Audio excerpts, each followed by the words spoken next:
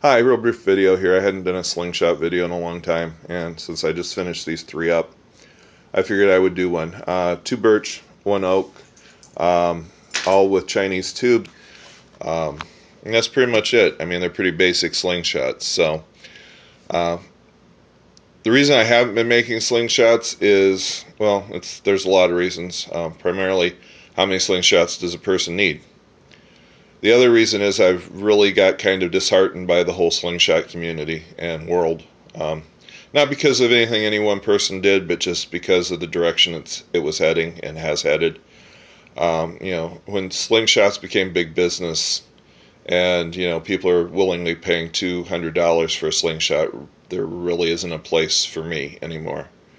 I started making slingshots because I was injured and out of work, and I needed something to keep me from going totally insane. So I started making slingshots.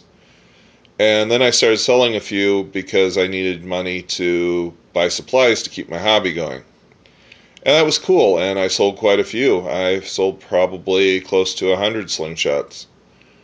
And then all of a sudden, no more. And, it's nobody's fault. I do a certain specific kind of slingshot because I like doing them. And that's just not what people want. They don't want a slingshot, they want an iPad. They want all the bells and whistles, they want the latest, greatest, and I do a very basic, simple slingshot.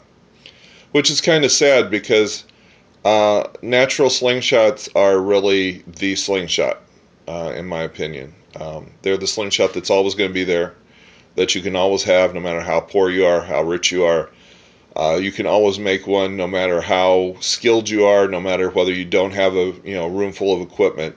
As long as you have something to cut the fork with, you can make a slingshot. And that's kind of where the sport came from, and that's really kind of where it should stay. I know a lot of people want to grow the sport. I can't quite figure that out, but hey. And everybody wants, something made out of the high-tech plastic or high-tech this or high-tech that. And they want a slingshot that can be shot gangster. They want a slingshot that can be shot pinch grip. And I hate to tell you this, but you can shoot a natural in all those ways, and you can shoot them in any of those ways. So you're not limited. So, but anyway, that's my bugaboo. That's not anybody else's issue. I kind of got tired. No one was interested in natural. And the people who did naturals, carved them so much that you couldn't even tell that they came from a tree.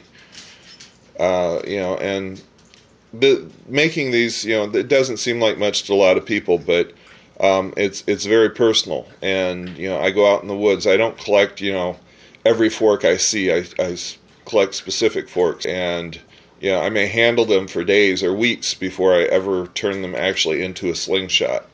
Everything I do is by hand. I don't use power tools. I rarely use a power tool. I use a drill to drill the holes, and that's why why they're special to me. And I guess they really aren't special to anyone else.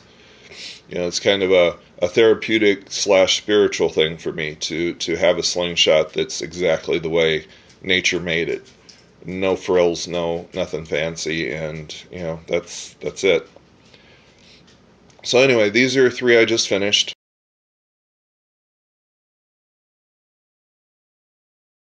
And I want to thank people like Gary Flatband Miller and, Bunny Buster and, people and Day Hiker and people who really, when I started, were the heart and soul of the slingshot community before it became, a $200 slingshot market. So anyway, these are three very natural slingshots. I occasionally do put slingshots up on eBay. I sell them for what I consider a relatively cheap amount, because like I said, I'm primarily doing this to support my habit and occasionally give me a few extra dollars. Have a good day, and thanks for watching.